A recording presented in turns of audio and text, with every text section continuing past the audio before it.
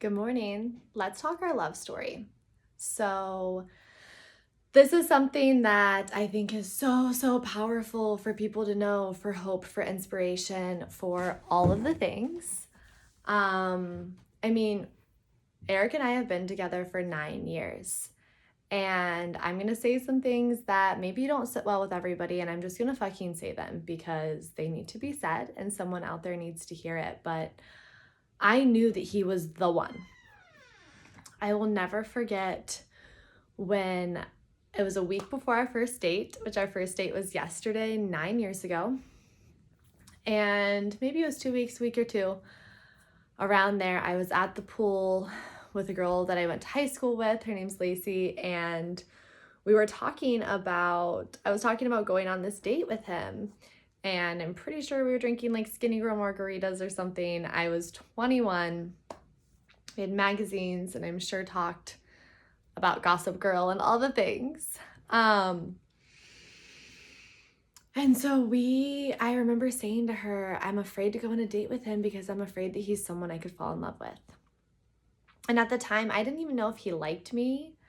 I didn't know if he even thought of me as more than a friend. I didn't know if this date that we were going on was a friend date or more than a friend date. I had asked him at a mutual friend of ours' bachelorette party if he would be my date to her wedding. And she was having a very small wedding, so he was not invited, but he had heard about the bachelorette party and was like coming along with his friend to kind of dance with us and celebrate. And so I was like, will you be my date to her wedding? And he was like, sign me up. And then we danced and he dipped me, and I was like, oh, this is so flirty and fun. And then afterwards, like, I didn't see him until right before the wedding. He messaged me about like what to wear, and I we were chatting a little bit. And so I was like, I can't really get a read. And so when we went to the wedding, we danced, we talked, we were like absolutely in full bliss. Like, there was nothing at that wedding but him and I. And I definitely remember my friend's wedding and all of the things, but like everything I remember about it is falling in love with Eric. And that night we went back to his place. His friend like invited me, and Eric was such a sweet gentleman. He was like, I have this extra bed. And I was like, no, I want to sleep with you. I didn't say have sex. I just was like, I want to sleep with you. And we made love that night. And the next morning I was laying in his arms, and I was like, oh, I gotta go home. And he was like, this is your home now. Which is so interesting because even when we talk about this, he's like, that's something I would never say. And having sex that immediately is also something that he never did before. And so both of these things are like very out of character. And, so we end up going home, or we end up going to a coffee shop actually. But in that moment and that feeling of him holding me in his arms and saying, this is your home now, was the safest I had ever felt in my entire life. Every single cell in my body was like, whoosh, I'm here. I've arrived. And I was terrified of this in a way. Like, in the moment, I was so in the bliss and so in the like, yes, yes, yes. And then there was an element afterwards of being like, oh my gosh, like, I'm going to fall in love with him. Like, I already like him so much. And all of those were stories that other people had put on me. Stories of my own subconscious fears of childhood and stories around that. And so the next 2 years, we were magically in love. Like, we ended up doing, as soon as we started dating, it was just, I practically moved in with him. Like, I had kept my room at my aunt's house that I was living in, but I was with him all the time. Anytime he was off work, I was there with him. And we were just together, like, instantly, as if everything had come into fruition. And our first LSD trip we had was the first time we said we loved each other. And like, we were in a bath together on LSD, and I remember just like feeling, so expanded in that and feeling into him. And I just completely slipped out of my mouth. And I was like, I love you. And he was like, I love you. And we just were like making out. And we'd only been dating a handful of months at this point, but I already knew before that. And he'd already known before that too. And, we were just, it was just so immediate, the flow of this union. And I knew that he was the one. Fast forward, we had another psychedelic trip. And this was probably one of the most profound physical feelings, somatic feelings I've ever had in my entire life. We were, on LSD, and we were gazing into each other's eyes. And we started eye gazing. I didn't even know that was a thing yet. We were eye gazing, and we fell into each other's like third eye, and then we're blasted through time, and our soul had this like deep remembering of like, oh, I know you. Like not this like Marissa version, not this ego, not this personality, not Eric's ego, but like our souls had this remembrance, this reunion that we were like, oh my God, I've been waiting for you. I've been searching for you. I've like, everything is like coming into fullness. I love you. I love you. I love you. I love you. I love you. And we were just sobbing at like being reunited and our souls finding each other again and holding each other. And like, oh my God, this is everything. I had no idea that this was even possible to fall into this type of union. And after that, we had another, experience in which we saw different past lives, and we saw other lives that we had been together. And that was very intense. And we saw this like, parallel life where we had lost a child and like had to go through that whole process and how that was impacting us now, and do all of this like different timeline work. And then 2 years hit. We had our 2-year anniversary, and during this time it had been bliss, bliss, bliss. We'd never had a fight. We'd never argued about anything. We very rarely even disagreed. And around 2 years in, we were on mushrooms in a camping place where there's these like RVs going all night, and like people riding 4-wheelers and stuff. And I shared something that was really vulnerable and something that I'd been ashamed of. And it was about like flirting with different men on social media or something. And I had like tried to communicate this to him, and he had interpreted it as I cheated on him, which was not the case. It had not happened. I had just felt shame and was sharing this shame, and he literally heard everything different. And because of the mushrooms, I would say something and the sound would cut out and he wouldn't hear it. And then he would say something and the sound would cut out. And it was the worst experience ever. We like went into full fight or flight. We were like completely in the like fighting. And we ended up not talking for days about anything that came up. And, it was a complete massive miscommunication. And then what ended up happening was there was this incident in which somebody actually tried to break into our house and like was cutting our screen, and Eric was awake, and I like hear all this commotion, and he was like, telling the guy to leave or whatever. And I hear all this commotion, and I run downstairs, and then we have this like whole heart to heart, and we're like, oh my God, this was so stupid. This was just a massive miscommunication. Like there was like, this never happened. This never happened. What did you hear? Are you kidding me? Absolutely not. That like, I literally was just sharing with you that I felt shame. And he's like, I don't even care about that. Like, what does that even matter? And I was like, I think it was just my own wounding. And that was a reality. I was 21. He was 32. There were things that I had to work through.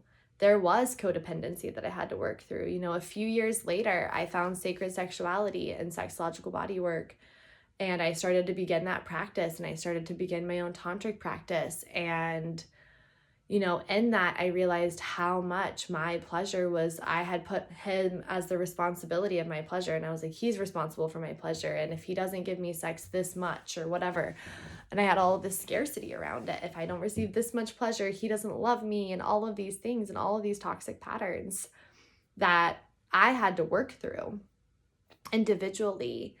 And he had to change and evolve in his own way, but he had also done a little bit more work than I had when we got together. And yet I still knew he was the one. During that intimacy, yes, there was the fear. There was the, oh my gosh, what if, we are not able to move through this, and this fear and all of that. But when you know someone is the one, and when you know that that is your person, that that is your life, there's no block that's too big. There is no block that you can't work through together. You both have to put in the effort. You both have to be willing to do it. But when you know that they're the one, there's nothing you wouldn't do for them because you love them so much. There is true unconditional love in that.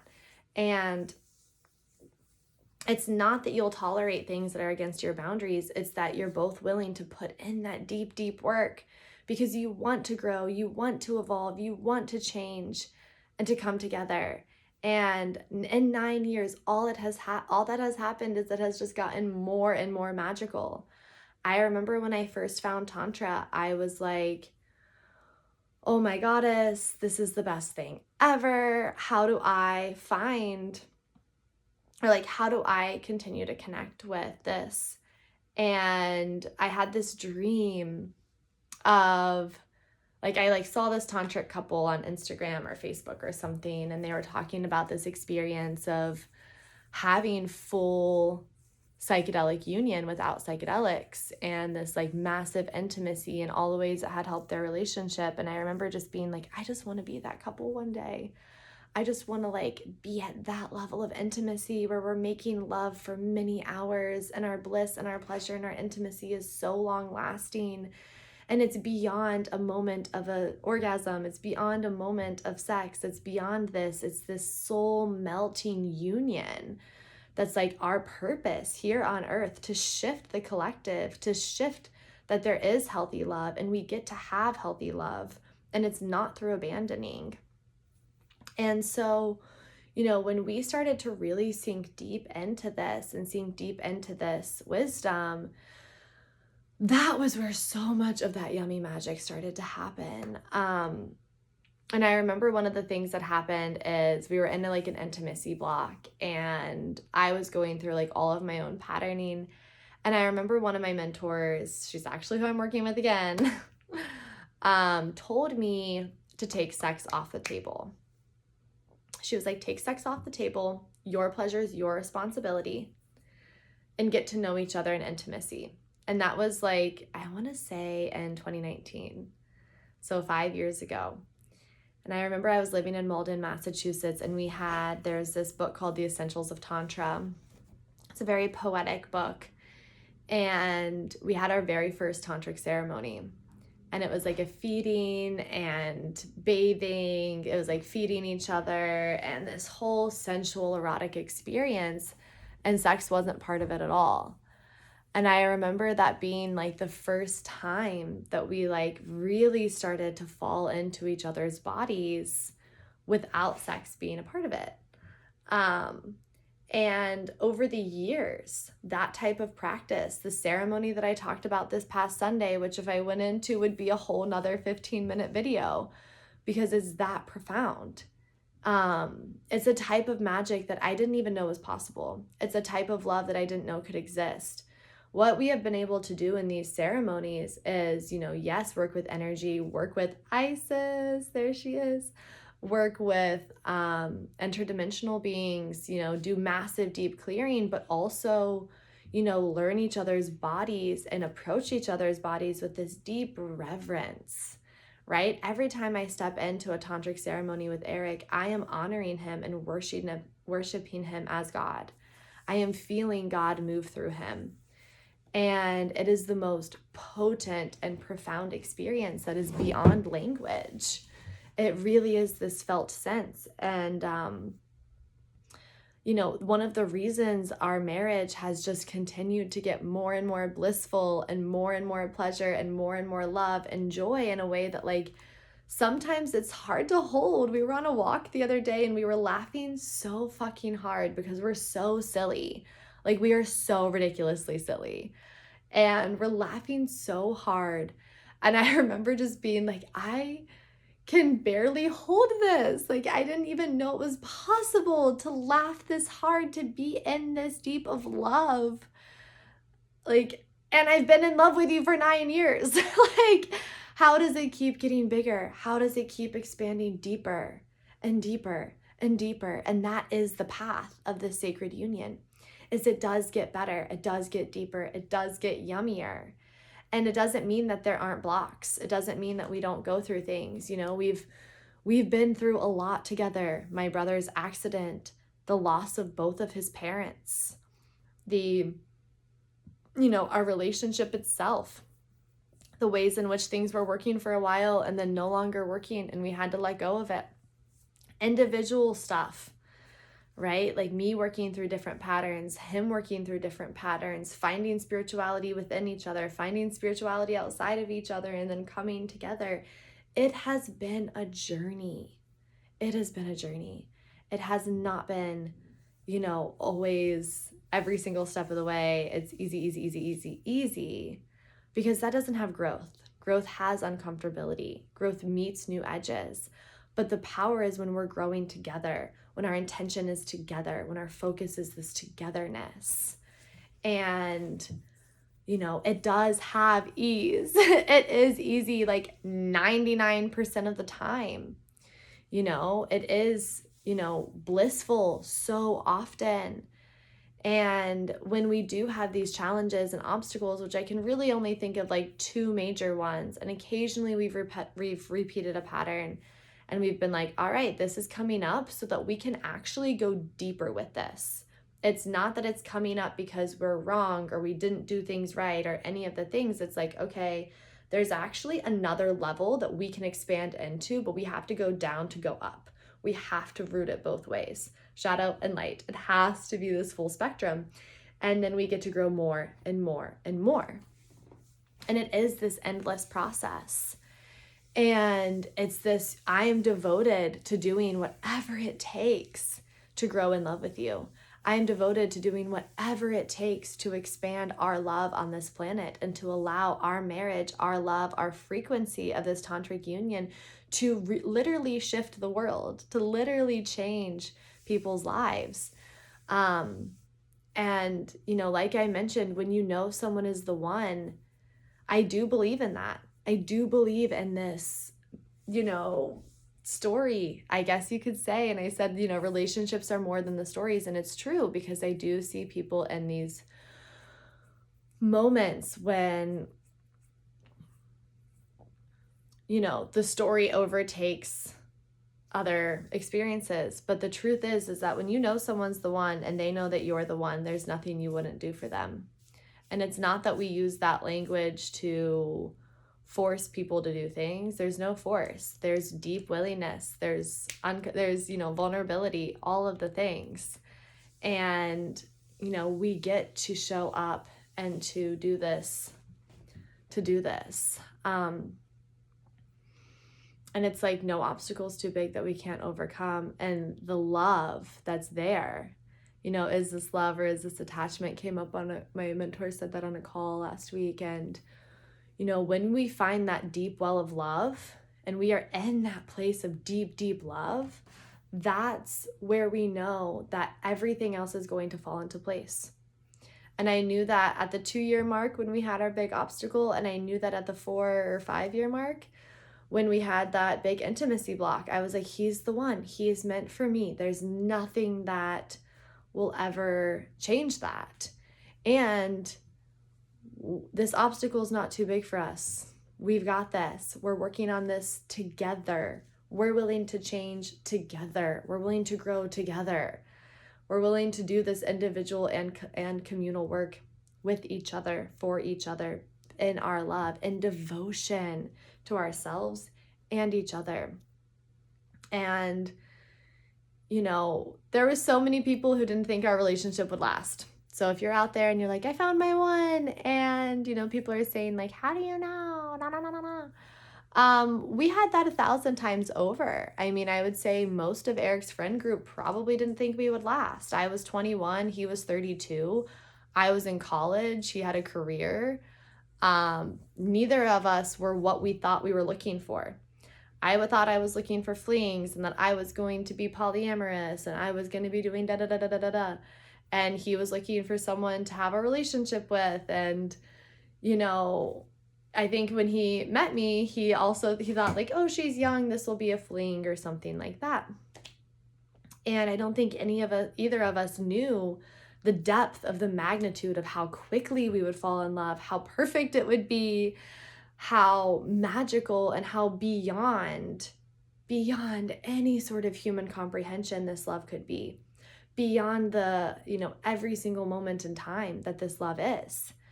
Because this love is, it is the best thing. 9 years later, and I am even more in love than I even thought was humanly possible. I'm happier than I've ever been, even though I've gone through shit, even though I've had different experiences happen. I'm still happier than I thought was humanly possible. The level of safety that I feel all the time is beyond anything that I could ever dream. I'm going on a big 5-week journey. It's my first time traveling without Eric. He's going to meet me at the last 2 weeks. So I just have the first couple weeks by myself, and then he'll meet me in Australia. It's my first time traveling without him. It's my first time doing all of this stuff. And so much of my safety on going into it, and yes, there's little bits of fear and all of that, but so much of my safety within that is because he believes in me. He trusts me. He knows that this is for me. I made massive, huge leaps of faith this year, invested 5 figures into my business.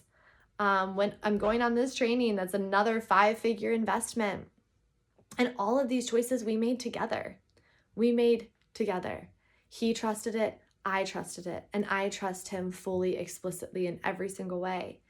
And all I desire is deeper and deeper and deeper intimacy with him. And that's all he desires with me. And, the work that we did on Sunday, I remember it was this huge dream coming true. I think I mentioned earlier that I had this dream of being that tantric couple. And I remember I was on the massage table and I'm giving him an erotic massage. And we're both very much in this like psychedelic state without anything. We're not on anything. Okay, we drink cacao. That's not psychoactive. And I'm like in this big massage state and I'm moving this energy and like he's in such a bliss mode. And I look over in the mirror behind, because we had the massage table in the room, and his legs are over me and I'm working on his lingam and I'm doing all of this magical work. And I look over and I'm seeing all the energy in his field and watching his bliss. And I'm just like, wow, we are this couple. We are the tantric dream that I had years ago, that I was like, oh, it would be so cool to have these mystical experiences with sex, to have these transcendental spiritual experiences through sex, to meet God in the other, to find goddess in the other. And yes, it takes effort, which is what I talked about before. And yes, the story is so important. Our love stories matter so, so much. It's not one or the other, it's all of it. It's that it's more than the story because it requires the effort, but it's more than the effort because if it's not the one, it's not the one. When it's the one. Your body, everything in your body, full safety. And like I've said before, I didn't show up to this relationship having done shadow work, having done manifestation techniques, choosing the one. I did not show up to the relationship like that. I showed up to the relationship with disassociation patterns, codependency, 18 years of childhood trauma, religious trauma, all of the things. I had just had my spiritual awakening 2 years before. And so I showed up to this relationship with plenty of things to work through. And it was through our love. Our love was the biggest healing for me, the most potent healing. And Eric's devotion to me healing, Eric's devotion to him healing, our devotion to each other healing, and not just healing, growing, expanding, transforming, transmuting, alchemizing, all of the things. And it has been the best 9 years of my life. I am constantly amazed by who he is. you know, one of the things we did in our ceremony was tell each other the things we loved about each other. And some of them were entirely new. I'd never heard that he loved that about me. I think he heard things he didn't know I love about him. And we are so free with our speech, and we are so free with our words, and yet there was still so much there. The love is so big. The love is so yummy, and it is our birthright to feel this. It is our birthright to find our person. If we feel like we are meant to have the one, if we feel like we know that our person is out there, it is our birthright to call that in. And, you know, do I have all the answers as to how people meet them and all of that? Not exactly, but I know that exists. I know that this love exists, and I'm here to give you that hope, to give you that inspiration that this level of love is possible, and it's beautiful, and it's blissful, and it is the best thing in my life. And I didn't even know how much better it could get. I knew how happy I was when I was 21. I knew how happy I was when I was 24. I knew how happy I was with Eric. And I knew at times when I was shattered into a million pieces, when my brother's accident happened and I was in the throes of grief, that I had this never-ending supportive love pouring into me, stabilizing me, grounding me, holding me, protecting me. Always, always, always. And it was the fullness of like, okay, I'm holding this deep grief and I'm holding this big love. So that is our love story in a nutshell. It's as short as I can make it. I will absolutely be coming on here with a little bit of some side notes in the captions to just sort of summarize some of this. But I hope this was inspiring for you. And I hope that you know that this deep melting love is possible, and all it takes is a combination of knowing that it's the one and the deep devotion to showing up and doing the work.